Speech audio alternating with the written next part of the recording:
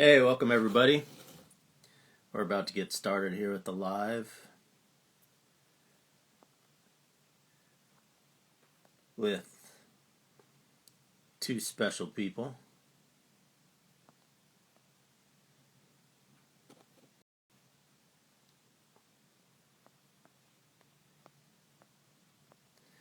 Justin and Yaniq.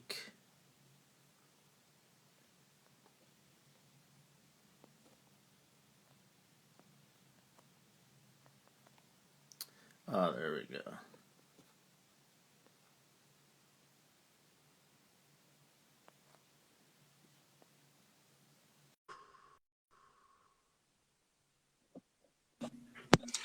Yo, what up, what up, what up? Hey, what's up? How are you doing? Good, man. Man, happy new month. Happy Black History Month. For people who identify as Black, African American. For me, every month is a Black History Month, but I'm glad the world recognizes it. But feeling good, man. Just here, thankful to be here. Thank God, praise to the Most High. Thank you, Jesus. And yeah, I'm here. What's good with you? Ready to get after this. Yeah, no. Yeah, no, it's these conversations, no matter what, whether it's like I know you have a lot of different shows and things, so I appreciate the conversations, whether I'm a part of it or just a fan watching. So big up to you, Steve. What's up, Yaniq? How are What's you doing? up? No, Yaniq. What's up? How are you guys doing? Good. Good. You two haven't officially met. No, it was the first time, at least virtually, these days. So crazy. Yeah. So I met Justin recently because he's a friend of Corona that I do the Lizzie and Me podcast with. And Yaniq, how long ago did I meet you? How long ago? Oh my God. It wasn't that Starbucks, as you said, yeah. Yeah. And was that like 8 years ago? yeah, it must have been. I came to San Diego in, I think, 2014, beginning. Yeah. Wow. So it's been a while, yeah. Yeah, for sure. Wow. That's dope. Yes. Cool. And I remember looking at it for quite a while, before I actually talked to you. You just intrigued me, of course. I mean, like, is it Bob Marley, The dreads. No, of course. That was way before the impersonation. Yeah, you look really strict. So does the world need more? It's kind of a trick question, but does the world need more humanitarians? Absolutely.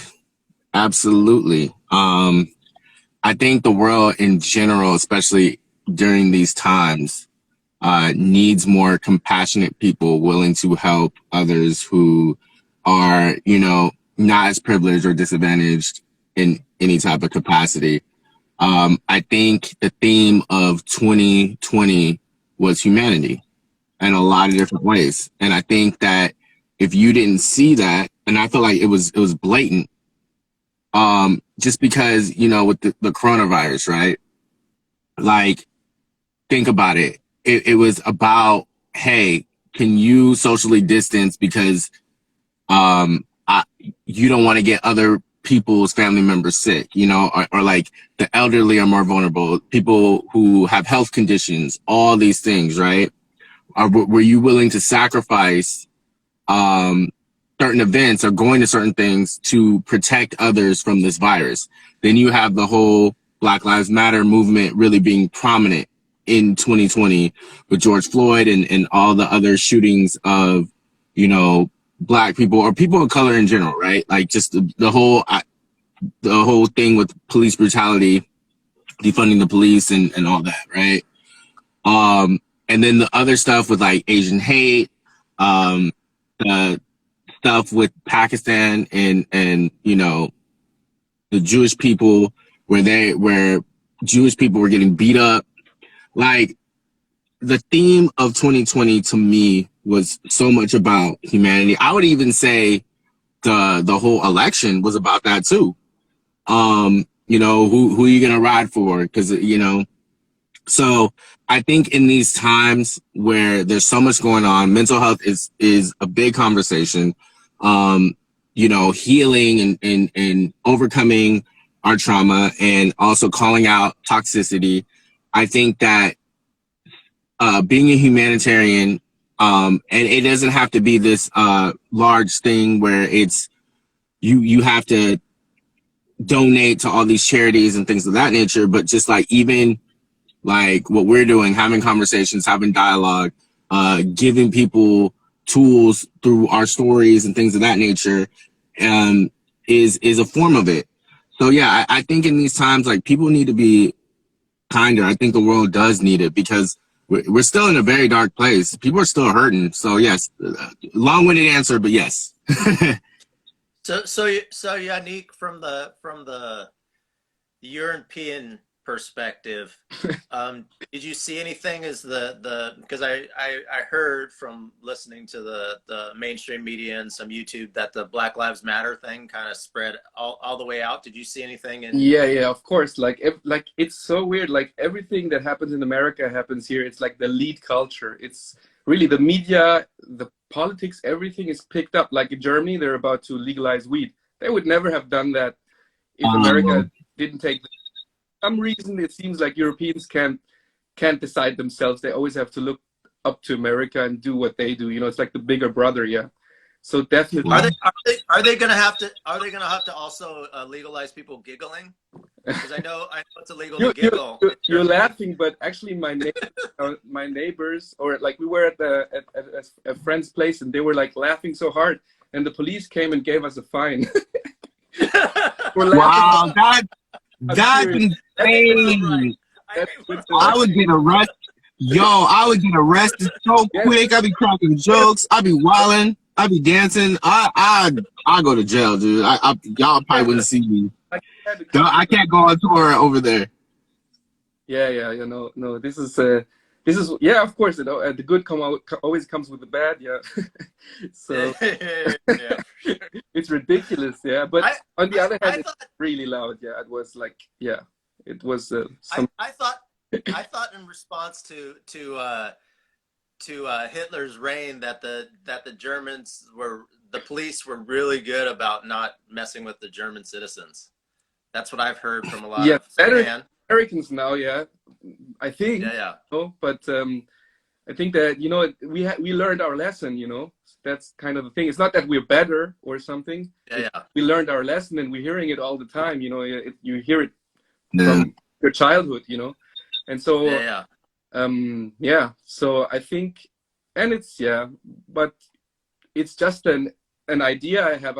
I didn't do any research on it, or I'm not sure. You know, I think in general Americans are a lot friendlier, like with just on the street. You know, like there's no in French or German people, you are allowed in public to voice your negative opinion. Like, you can be angry and in America you don't do that. Respect, like, you need some sort of relationship to criticize someone, and here you don't. And it really, like, when I came back from the States in the first time, when I used to live in the Midwest, I came back and I was away like for a year almost, and then I came back, and I remember the first day I was in my hometown, there was an old guy with a bicycle yelling at me because I don't know what I did. I don't even know if I did something wrong, but he was yelling at me, and like, I was so shocked because I was not used to it anymore, that somebody in the Midwest, people are even friendlier than in California, you know? So, yeah. Oh, I believe it.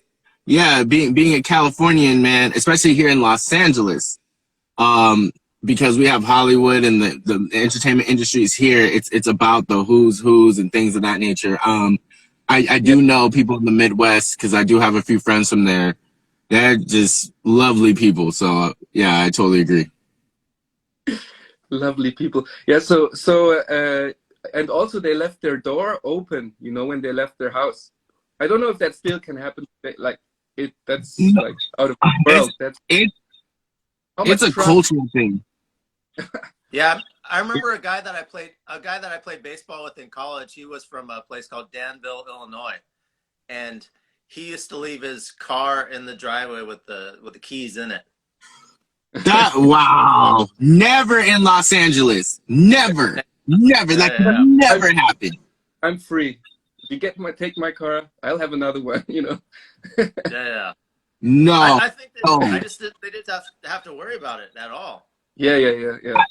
What type of privilege is that? But yeah, still, yeah. Yeah. I don't know, I mean, man. Got robbed. I think My friends I made think it's it that out. small town feel. So I think Yeah, it's that small town feel. yeah, it's small And town. that's one of the things with the whole concept of buying local, because the food that's grown locally, they're less apt to poison the people that live around them. You can look that guy in the face, yeah. you know what's going. More apt, you say, or less apt? No, less apt to poison. Like if it's local, they're less apt to I'm do gonna that. get you. I know you. Yeah. Yeah, oh, big time, big time. I agree, man. I just think it's just wild. Like, I've never lived in a small town, mind you, but like, I lived and worked at CSUN Student Housing, and the population is very small. I think with residents, like all together, is like 3,000. And so I lived where I worked, and my bosses live there, and it's a small town where people know who you are. And if you're like a resident advisor, if you're somebody who supervises the floor, a lot of residents, especially within your surrounding community, know who you are, whether you know who they are or whatever. And so that's the closest thing. But even then, coming back to the whole cultural thing and where you live, and like in California and in housing, like you could not just like leave your bike or your door or your key in your car because like somebody would take it. But I do know what it's like to live in a small community where everyone knows everybody. And there's that sense of like kind of like Big Brother's watching, like it's type of tight knit thing. But yeah, it's interesting. It's interesting how different cultures or like different circumstances cause people to act a certain way. You know what I mean? Yeah. So let's go back to Humanitarian. So Right. what are the biggest challenges for Humanitarian? I would say the three of us are moving towards that, Right. but definitely in some ways. To what extent? But I would say we're not at the point that as far as Humanitarian, that we would like to be, Right. but we're all moving towards that. Right. What are some of the biggest challenges for you personally at this stage of the game, or some Humanitarians throughout history that you've seen? For me, I think my biggest challenge in general is obviously you have to start off small, right? Like I mean, it's either your community or the people around you, and whatever the case may be. I think the hard part for me is sometimes trying to pour into people when my cup is kind of empty, and learning how I got to make sure I'm good before I can really help other people. And I think that might be a universal thing with a lot of humanitarians, because, and again, I'm going to bring up CSUN Student Housing. Any volunteer work, anything where you're helping the community can be a thankless job. And I think that we could all agree, like you put in all this effort, this passion, this care, this dedication, and then sometimes the people that you're helping, you just feel like they don't appreciate it, or they're, whatever the case may be, right? Or maybe they've been in so many traumatic situations where they can't even receive or fathom what just happened or what you did for them, right? So Yeah. I think that happens a lot. Or Another thing too, like I think about like Dr. King, right? Like Dr. King never got to see the impact he left on the world. Like, how he shifted, like change is so slow. So sometimes like I think that's the struggle universally through with all humanitarians, right? Like basically sometimes you don't get to see the impact that you've had on the world. So I just think that's the hard part for me in general. And from the little things that I've done on my campus, and in my institution, what I'm seeing now, and I'm also waiting because another thing, it's not out, but I'll let the world know right now. I took on a teaching position to basically help incarcerated youth learn beat making, DJing, podcasting, things of that nature. These are all things I've been doing for almost 10 years. And so that's my way of like really getting into my community and really start my humanitarian work on that front, taking it from my people to that. So yeah, but that's something I struggle with, just with trying to, become financially stable. I mean, Steve knows what I'm up to outside of, all this music stuff, like the big plan. But like sometimes with all the things that I'm doing and juggling, it's hard to pour into the humanitarian work because I have to take care of myself and other things. So yeah. Yeah, for sure. Yaniq? Yeah, so for me, there was a big shift because, I don't know, I traveled the world always with the idea of like, it was almost like a voice, it was a spiritual thing. I just followed my intuition, you can say, today I'm not sure if that, makes sense actually, like, as a I have a large past in Christian organizations and institutions, and I left that at some point because I went so deep into the topic, if you want, and I studied it quite intense, like like I put lots of hours of studying into even the Greek and the Hebrew and so on. At some point I couldn't go anymore because it was just so different, from what I found out, So, but that's a different story. So I'm just saying, like, so obviously that had a great influence on me on how I, like how I see people and how, yeah, like, I mean, with the whole Christian idea behind it, you obviously, I didn't lose that, at some point when I left and so on.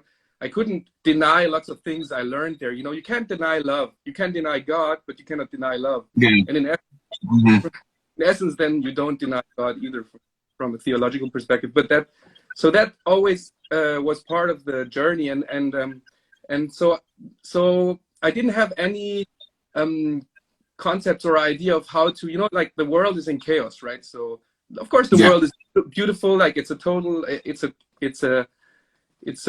twofold thing, right? There's two aspects, if you want. There's two extremes, yeah. But we want to obviously like move at least, get a little bit less of the bad, right? Because there's horrible things that are happening. So and then yeah, I put my energy into the here and now, as in whenever I saw someone in front of me and he needed help, I would help, and I really took some things at face value and like, didn't save up any money or anything, but just help, like, because, you don't want to put the money where the rust and the how does it go in English? I don't know, like the rust destroys it, or the moths or something, right? You remember that verse? Yeah. So that was so I helped where I could, like, and I don't know if in the long run there was a like, as you say, impact or something. I left most places I left, I'm still in contact with some people, and I don't know if it made a lasting impact, but I mean, it's not like I'm saying that I did more than anyone else. I think everybody does these things, so, but then at some point there was a shift because I had an idea, maybe, and then this idea, like captured me. And I thought, with this idea, there can be a systemic change. And, you know, systems are as long as we stay flexible with them and we keep on thinking about them and keep on reinventing them and changing them, they can really help us all to live a better life. As you probably, if you think of your computer, for example, the computer gets improved, like get better, it gets quicker, yeah. So there's also the downside to that, you know, like should we all have like come to that point where technology has taken us over like this and so on. So, but what I'm trying to say is, like, if we think about systems as in systems that we are constantly thinking about and that are open to change, then these systems can help us. And I came up with an idea and like an app. So at first I studied politics. I thought I could change, you know, something through politics. I studied politics. While I was studying politics, I realized I was young. So I thought everybody that is in politics studied law, first of all, not politics. You know, people that study politics, they just know stuff about it, but they don't do shit. They don't change anything, you know. So then I changed business because I thought, okay, with business I can make money. With money I can change things, you know, can help people. I can at least, you know, combat hunger with money, you know. So I studied business, and then eventually I changed to IT and web development because I saw the quick changes, like all these huge, now the biggest companies in the world popping up in California, you know, and seeing the speed that you can make an impact and the change by knowing the web and the net, right? And so eventually I studied the second time in California. It was my really a second kind of career start, and I eventually decided to study web development so I could use that to make a change, right?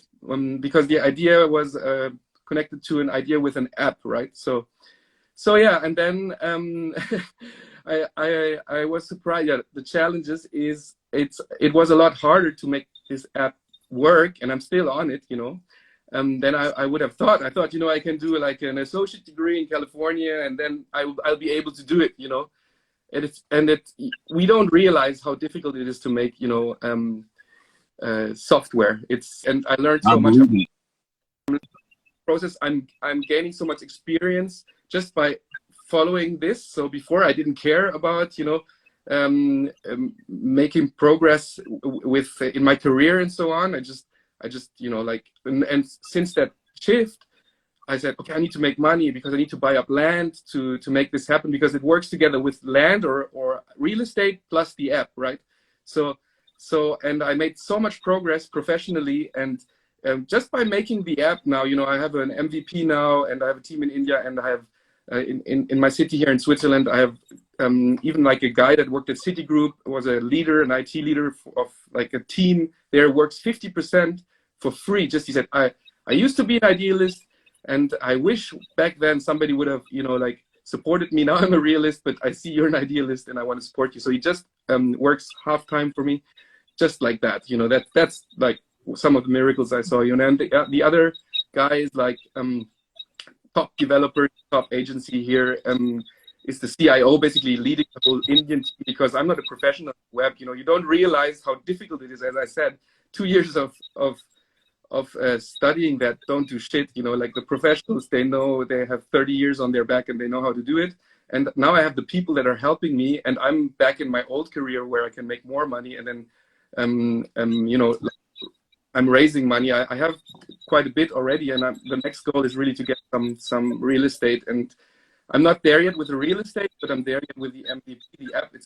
It's not ready for marketing, but you can look at it already. And so yeah, so that was the. So this question is for all of us. What are some of your, as moving towards being a humanitarian, what are some of your biggest challenges? Yeah, I guess the challenge is, yeah, or in the past, the challenge was convincing people of that idea. And you know, when it changed, and I always knew that, and I knew it over time, I thought, I had this thought over and over again, and now it's proven right, is people only believe something when they see it. They don't believe. That's true. All day long, you can talk all day long about an idea. You just somebody they have an idea, anybody has, and it's true. Like, why would you're not more special than anyone else? So everybody has an idea, you know. So, but when they see it, you know, like now that I have the MVP, I can show people. Like before, it was always like, oh yeah, you know, it was like blah blah blah, you know. And now it's like I never hear any blah blah blah anymore.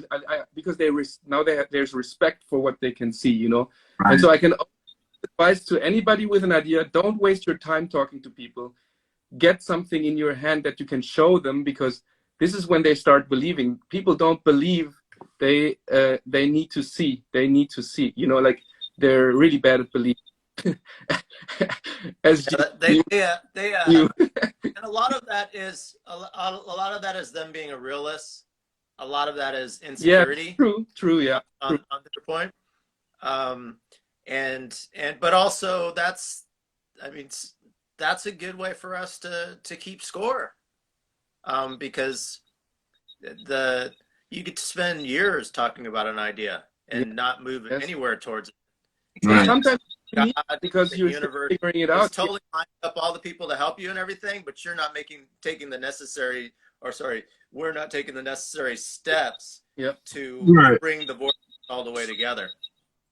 Right. Do you want to add anything? Do you want to add anything, Justin? No, that's the biggest thing. I mean, I'm speaking from. What are some of your challenges? Oh yeah. I'll dive into that. I just want to finish my comment on this. The main thing, man, especially in the entertainment industry, I've seen that a lot. You know, I'm gonna work with this person. I'm gonna do that. I got this going on. I got blah blah blah. We about to get this off. So, it's the same thing, like you guys just said. Just echoing what y'all pretty much put out in the ethos. Like, a lot of people don't believe until they see it, and also we live in an era where everything's so fabricated, and we're comparing our everyday lives to people's highlight reels, and it's so funny. Like, keeping it real is like, most people who say they're keeping it real aren't keeping it real. So I think it is. Yeah, it's the wildest thing. So many people want what's real. No, but here's the thing. So many people want what's real, but they don't want to get what's real by doing real things. Mm-hmm. Yeah. And that's what trips me out. It's the difference between acting and being. Exactly. Mm-hmm. And you're just like, oh yeah, you could say that stuff. And a visionary does bullshit until it finally becomes true. Absolutely. Right. Yeah. Fake it till you make it. Yeah. But I just think that at the end of the day, there's just so many people out here who want to be somebody, which is dope. I'm not mad at it. I think we're all somebody's already out the gate. But there's so many people who want to be somebody for the wrong reasons, so they can look cool, to combat their insecurities, self-esteem issues, all these things. And I'm not mad at it. Do what you got to do to make yourself feel at peace. That's just not for me. But yeah, I just echo everything that you guys were pretty much saying. Just agree. Challenges for me, man, is burnout. I kind of like said it a little bit earlier, but you know, sometimes when you try to make things different, you know, you get burnout because you feel like, all right, well, the powers that be aren't hearing me. Like, I'm trying to help, or like the people that I'm trying to help, they kind of don't care like that. So burnout has been the biggest thing. I can say this, like, I decided to go back to school. I won't say for what, right? I have a vision board, literally right where my desk is, because I'm going to school remotely, and I have to like look at that board. I need it to remind myself, because, and I've been practicing a lot of discipline, because, I'm a very passionate person. I get inspired. I try my best to stay motivated, but sometimes, because real life happens, and I feel like this last month, I don't know about for y'all, it came at me fast. It came at me fast with a lot of personal issues, issues that I've never had to deal with before. So I had to look at that vision board. I had to look at it so I can, because I deal with burnout. I deal with like, wow, like even though I'm inspired and I know my why, I know exactly what I want to do and my intentions. But the only thing that's gonna hold me down is being disciplined and focusing on the mission, because the mission has to be bigger than me. Because I've gotten to a point, and this is why when I started to realize becoming a humanitarian was kind of for me. I've always been a musician. I've been a musician since I was 12. I noticed the stuff that I wanted to do, whether it was making beats, doing TV and film, being a booking agent, whatever, radio, whatever I wanted to do, it became less and less about me. It became more, what can I do for others? What can I do for others? But it's to the point sometimes I'm like, no, the mission, because this is going to help this many people. If I just need to push because I can help this many people. And even financially, I'm like, this can help my family. This could, like, my nephew could get a job if I push this. Like, can I give you some advice? Yeah. There's lots of push Mm-hmm. in your words, Mm-hmm. and I think you're having to have too much evidence of what's happening, opposed to being more guided and having. When I say faith, I'm not talking about belief, but Mm-hmm. guided, that you're going around the corner and you just need to see up until the corner. You don't have to see too far in advance. Yeah. There's one walk I used to do that I would go, one step for me, one step for we, one step for God. And then I would just like repeat that. And by the end of the walk, I would just say one step, one step, one step. I would sync all those at the same time without having to always find evidence for everything. Go ahead. Sorry about that. No, that's, you know what? That's confirmation for me, because this month, like, and I'm a believer. I believe in Jesus, my Lord and Savior. I thought you were a fan of Justin Bieber. Sorry about that. Oh no, not a believer. A believer. Get out of here. I mean, Justin Bieber too. He cool. He got some songs. I ain't gonna. He got some records. But anyways, no, I believe in God and everything.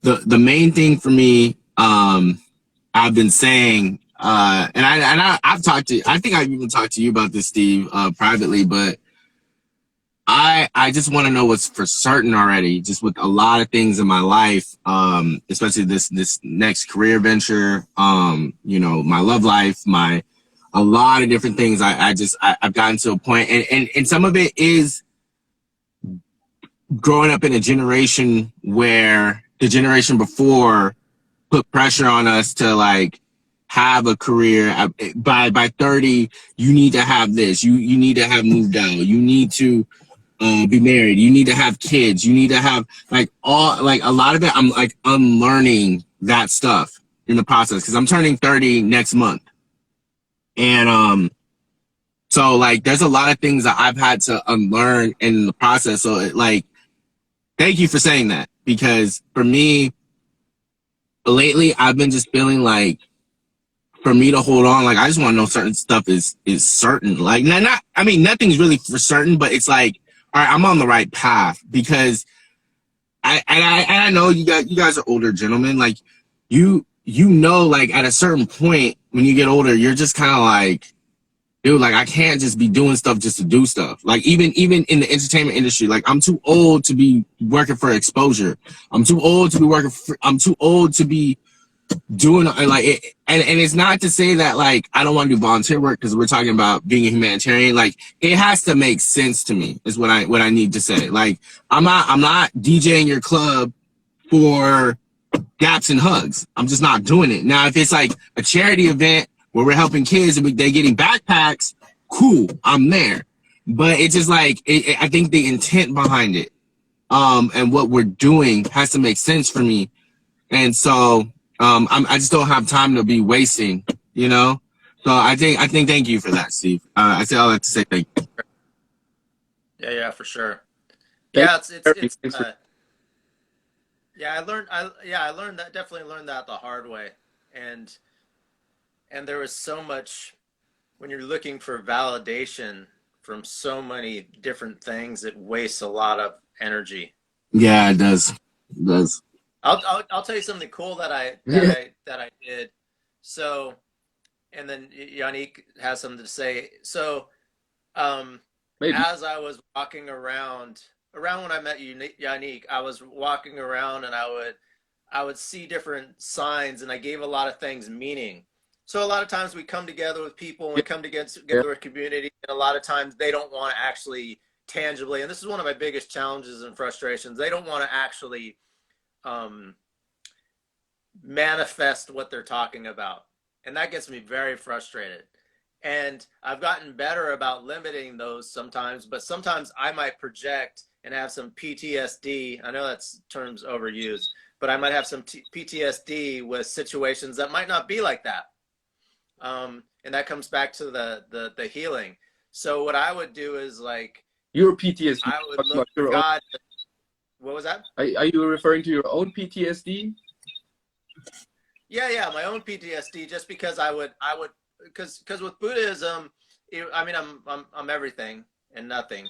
But with Buddhism, they tell you to not project to the future or cling to the past. So a lot of times I'm clinging to Exactly. the past.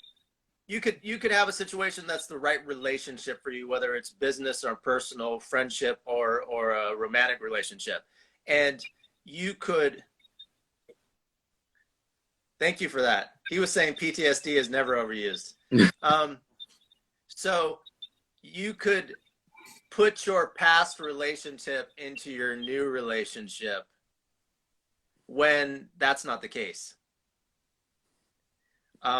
And then you could be acting from a place that you're actually creating that old relationship based on past knowledge, past information, past patterns. Right. So, but I mean, there might be, it might be some truth. There might be, okay, I'm not ready for a relationship. Oh, this is the situation. Oh no, I just need to take a break and I need to breathe and see if this is really true. Put this in front of me, see if it's really true. Mm-hmm. For I sure. have. It's not directly to what it's about the general conversation right now. Two thoughts. One is we need to realize we're in a pyramidal. Is that the pyramidal? Pyramid? Pyramid? Yeah. What's Yeah, the yeah, pyramid? yeah, yeah. Whatever. Yeah. I don't know. Like pyramid, like the Egyptians, right? Yeah, yeah. So we're in a system that works like this. So what we are seeing in media is always the people at the top, and these people create the story we believe and we hear and we internalize. And this story is not the truth because the majority, the 99%, is not at the top of this pyramid. So we are hearing the success stories of the people all the time, and it motivates us, but mathematically it is impossible. And the pyramid is like we're talking about we all know here, because obviously you said you believe in Jesus, so you know about pyramids, right? You know that Of this course. structure is not the circle or the where everybody is the same, right? Where everybody looks into their eyes is on the same level. That's the good thing, right? Not the pyramid. And we live in a system where we can't succeed. Like only the best sometimes, yeah, maybe in sports, maybe the best, maybe they deserve it, they're the best. So it is thrilling, it's interesting to watch, but it's not ever, like, to be honest, it will, like, most of us will fail, and most of us, you will never hear about them because they don't have a voice. So this is the one thing we need to realize. That's why I'm trying to create this idea I was talking about, because I want at least to give, like, not that we should not appreciate each other's like talents and so on, and I'm not talking about this, but it's not natural anymore. It's like completely messed up by money. It's like it pushes people up, like it makes them God, and they're not happy too. You know, they're in a bubble, and they're actually victims, maybe more than regular people as we are. You know, and the worst that are, like, of course, the people at the very bottom are the ones that lose most, right? And so that was my first thought. And what was the other thought? So that is not to say that we shouldn't try for our dreams. Yeah, I don't want to like bash and destroy everybody's dream, but we need to face that there's something here, like this huge mountain, that we need to say, I can say to this mountain, throw yourself into the sea, and it will do it. You know, this is the mountain. You know what? Yeah, maybe the other thought is still going to come to me. You know, Yeah. yes. So for me, it's the I have issues more so with the church and a lot of these organizations based on what the truth of what Jesus taught or what Buddha taught. A lot of these organizations create a codependency between their flock and the hierarchy of the church. And I believe that they excluded some things in the Bible that's like telling you, no, you have a direct Wi-Fi to God. yeah, but he's a priest. I Yeah, believe it for sure, man. I mean, people, people, all the time, I feel, are just quoting stuff in the Bible that is useful to them, or it makes sense of their agenda, or they take it out of context, or, you know, it's sometimes it be the holiest people doing the most heinous things. And I dated someone like that. I won't get into details about who she is and names and all that, but yeah, I just, it's just such a turnoff when and I feel like no matter what you believe in, right? But I'm gonna say specifically Christianity, like those type of people make people like me look like the most anti everything. And I'm like, no, like I really operate from a place of love. Like I'm really about inclusion. Like I'm not here to judge. Like that's not, who am I to say who goes to hell or not? Like I got sins. Like who am I? I'm not the author and finisher. So like I agree with you, Steve. It's crazy. It's crazy. Yeah, sure. But and also like we kind of took it to another level. It's like I can walk and feel like that God presence guiding me. Right. There was a time that I was early on in my practice when I was feeling whether I was going to make a right turn, just because my eyelash, just like I just felt it just like have a little bit of light on my eyelash. So I'm like, okay, I'm gonna make a right turn. And then I had a glorious situation that happened in one of my first books, that I happened to park by a homeless guy. And then I had a conversation with this homeless guy that ended up being part of one of my first books. And in the book I named him Nameless and Homeless. And I kind of alluded to, he was like, he had a box by like a beautiful place on the beach. And I really started to channel into society of and one of the things we talked about the homeless last time is it's not just that they need houses, it's like it's society's not inclusive enough. Yeah, it's true. And I'm not like about functioning the world so it fits everybody in, but I don't like, you're a girl, you should act this way. You're a guy, you should act this way. Right. Like you should have short hair. Like all that stuff is so limiting. But also I'm like a big proponent of turn signals and stop signs. Like right, right.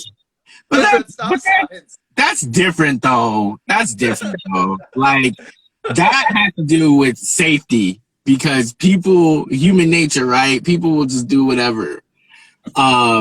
But I think that the whole thing about gender roles and things of that nature, here's where Christians would get me.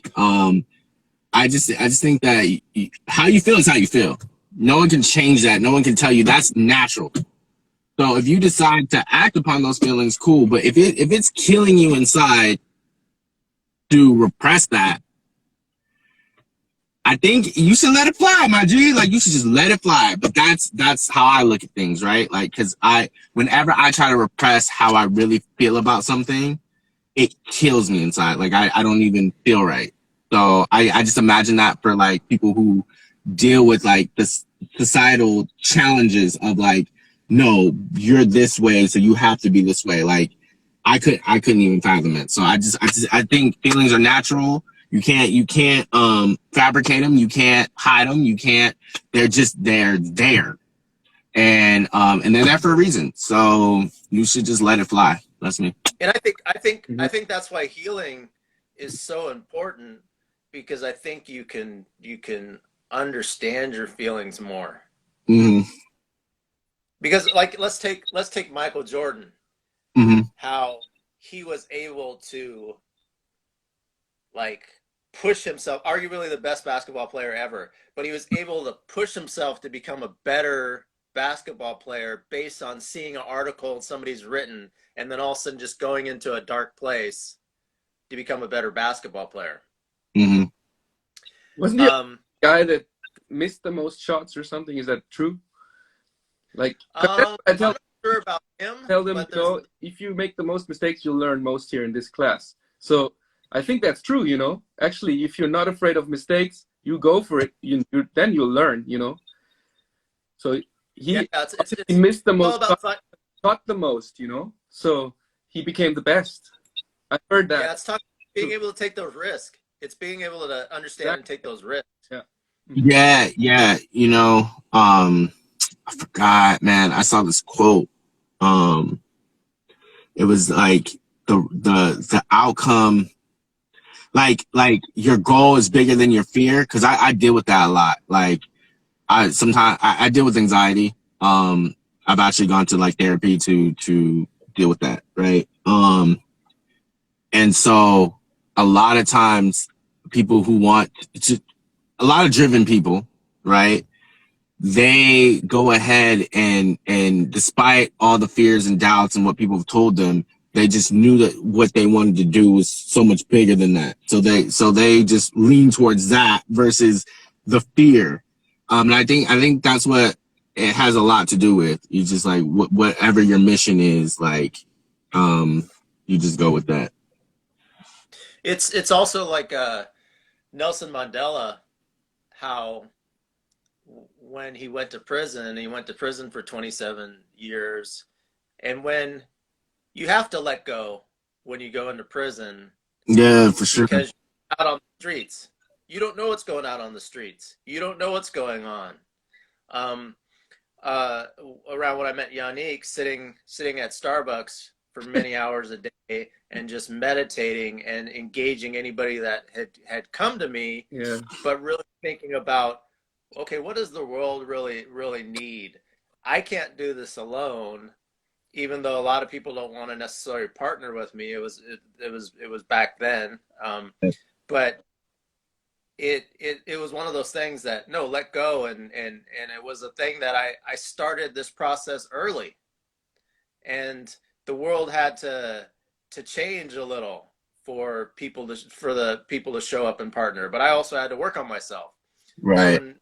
Nelson Mandela went to prison for 27 years old so he could learn humility to just do one incredible, miraculous situation of becoming president, but also setting up to forgive those people instead of just putting it in a place that more bloodshed would happen. Mm-hmm. Because a lot of times people just justify that because they're operating from their wound, which is very impulsive. It's very and you don't operating from your wound. It's like it's not gonna end well. No, I mean that's why a lot of people go into. Go ahead. No, I was gonna say to bring up something that I brought up in the group chat with you, Corona, and I think what happens a lot of times, our wounds are just that reminder of the mistakes that we made and not to do that twice.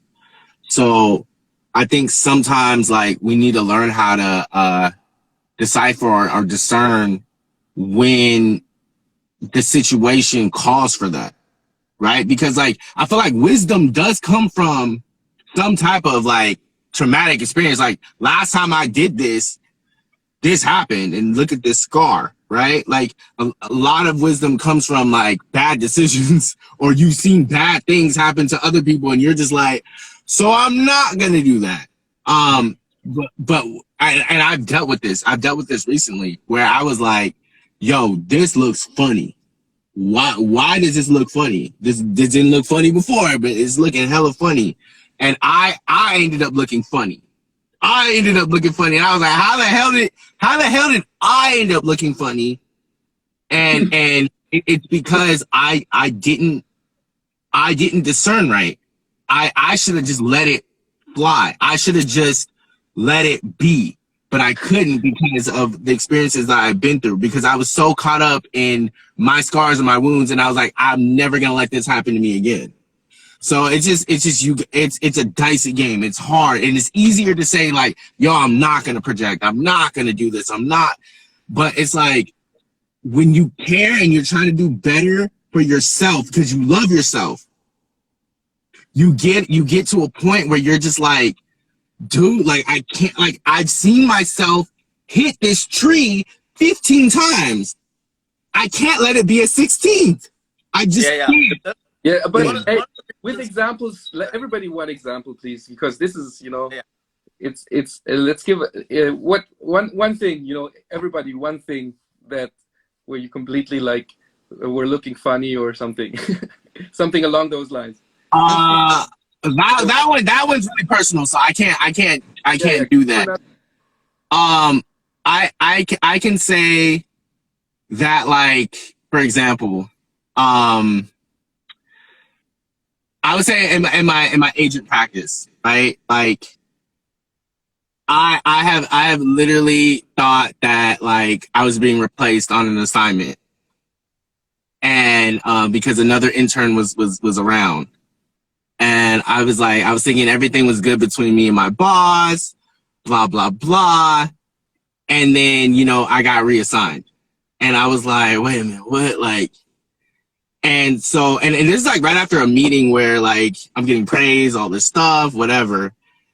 And so like I kind of like confronted my boss, like, yo, like what, yo, so you replace me? Like I thought, and he's like, oh no, like I need you to be on this bigger assignment. Like that's chump change. This is a bigger assignment. And I'm just like, okay, because in other jobs that I've had that happen where I felt like, man, maybe I'm not good enough, like maybe I suck, and you know, all this other stuff. So that is an example of things that were, as Dave Chappelle would say, keeping it real goes wrong. Keeping it real, and I've seen it, man. Like I've kept it so trill.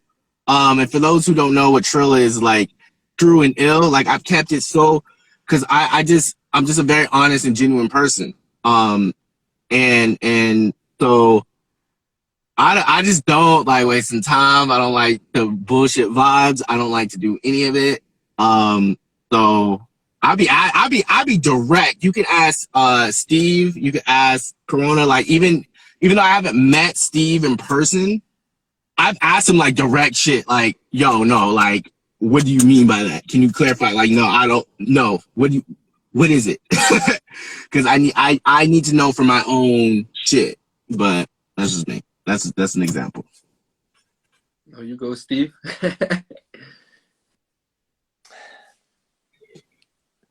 It's interesting. So this year I set a goal to dance every day, and I acknowledge that the dancing is for me to channel into fears that I don't see and are unknown, so I can heal them, and to be able to get out of my comfort zone more.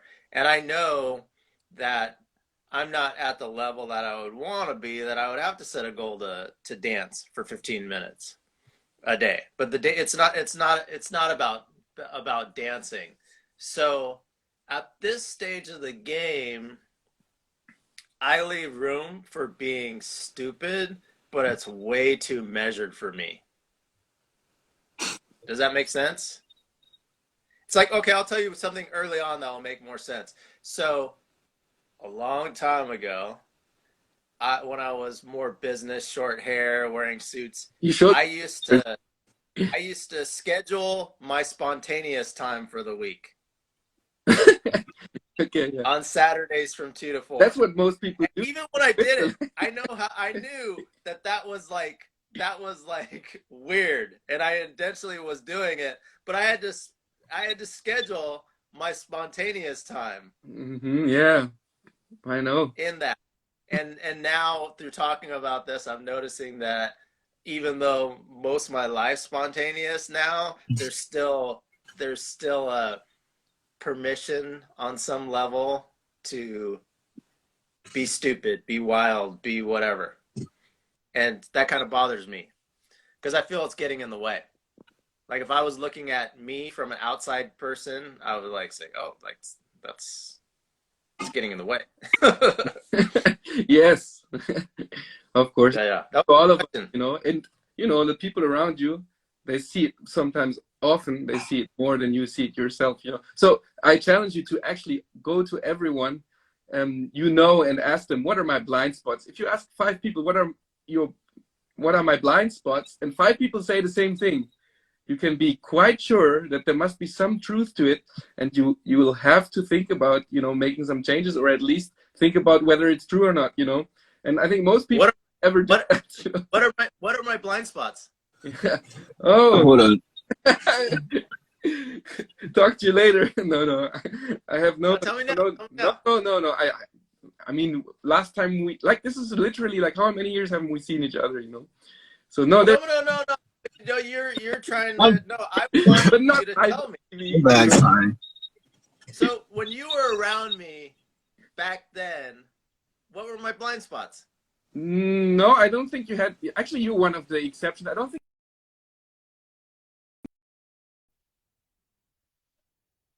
It's inspiring, but I don't get it. So it's like I needed to ground. I don't know. I needed to ground. Actually, that was knowing what he's talking about, or does he know what he's talking about? Am I not knowing what he's talking about? It doesn't matter. It's inspiring me. I'm going to meet him again. He's cool. Like that moment, not all the time, of course, but it happened. That moment happened more often than with other people, where I'm like, okay, interesting. But, I couldn't, like, being a very analytical person, German, I try to understand all the time. Always I have to put my mind around it. And so this is like, if you did that on purpose, this is like the best thing, right? This is something I teach, right? This is something Ram Dass would teach.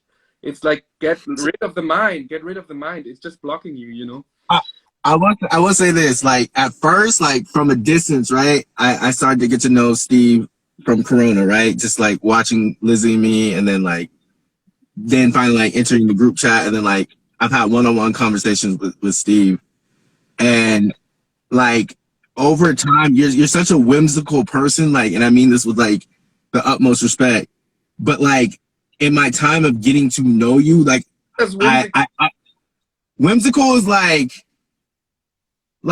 he it's kind of spontaneous, but it's like there's like a magical element, like he has this aura around him, like he's oh man, yeah, he has this thing, and the with him, yeah. Go for it. no the dope thing is like the more you get to know Steve, the better you understand him and what he's saying. And it's like, oh, like I totally know where he's going, or like, oh, I see the point.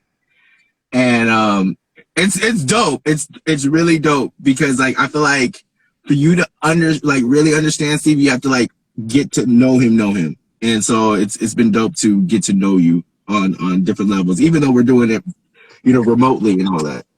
Before I tell the story of, I have to tell this other story, like, this aura thing, like there was one story of the whole time I spent with, I don't know how many, like 3 or 4 years, no, 3 years, like we were hanging out, like, because I was in San Diego 2.5 years, so 2.5 years, yeah, we were hanging out like regularly, and one time, I never drive high, but this one time, I'd never do that. Really, so against